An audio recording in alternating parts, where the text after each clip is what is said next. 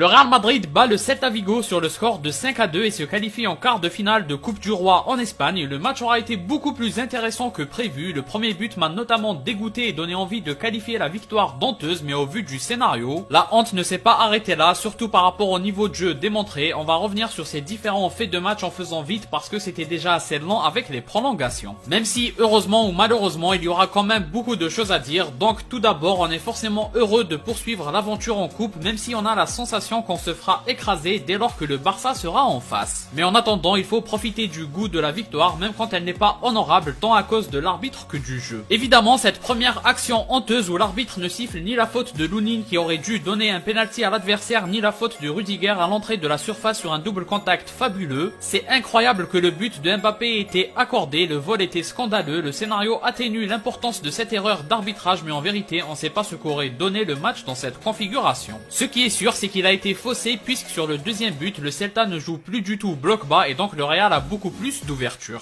Donc on se dit que s'ils avaient obtenu ce penalty et mené au score, le bloc bas aurait persisté et avec plus de difficulté à le percer. Bref, toute cette partie est honteuse. Après, le Real qui a du mal à faire du jeu, c'est moins honteux puisque beaucoup de titulaires ne jouaient pas, mais avec autant de talent, on espère mieux quand même. Et surtout quand on voit que quand ils sont dos au mur, ils sont capables d'être impressionnants, donc ça devient vraiment fatigant. C'était déjà arrivé en début de saison qu'un adversaire mette 2 buts en fin de match, mais heureusement il y avait 3-0 en faveur du Real sur ce match là. Enfin bref, même si le premier but n'aurait pas dû être accordé, le fait que sa réalisation individuelle est magnifique par Mbappé ne change rien. C'est le genre de but à la CR7, il dribble sans vraiment dribbler son adversaire, mais il fait surtout parler une efficacité redoutable. Après, si on veut chipoter, tout comme contre le Barça, la frappe est loin d'être imparable à mes yeux. Personnellement, quand l'angle est fermé, je ne reproche rien au gardien si la frappe est puissante, croisée à ras terre ou si elle va dans la lucarne, mais là elle a effleuré sa tête, il a très mal positionné son bras, mais du moment que ça rentre, il faut féliciter Mbappé. Mais il faut aussi dire que cette manie des défenseurs à ne pas défendre et faire que reculer, ça devient fatigant. Au final, ils encaissent un but, donc autant essayer de prendre le ballon quitte à se faire dribbler, c'est vraiment ridicule. Sur le second but, à nouveau, c'est encore du bon Mbappé, c'est grâce au bloc haut du Celta Vigo qui permet à des joueurs du niveau de Mbappé de faire des différences, mais l'enchaînement était bon entre les 3 joueurs et Vinicius a bien terminé l'action. Mais malgré son but, le Brésilien connaît une méforme, contrairement à Mbappé qui retrouve une belle forme. Après, comme je l'ai toujours dit dès le début, ce serait délirant de dire que Mbappé est un mauvais joueur, il avait juste une mauvaise passe et moins de réussite, mais même quand il a un bon niveau comme maintenant, ça reste insuffisant et incohérent collectivement à mes yeux. Je persiste à dire qu'il ne répond pas à un besoin du Real et on voit qu'autour de lui ça va moins bien. Pour moi, c'est pas un hasard. Et quand on voit ce que fait Endrick quand on a eu besoin de lui, on se dit qu'avec un Real dominant, un bon attaquant finira toujours par mettre de beaux buts. Justement, c'est Endrick le héros du match, personne ne s'attendait à ça. Tout ça parce que Camavinga s'est trompé à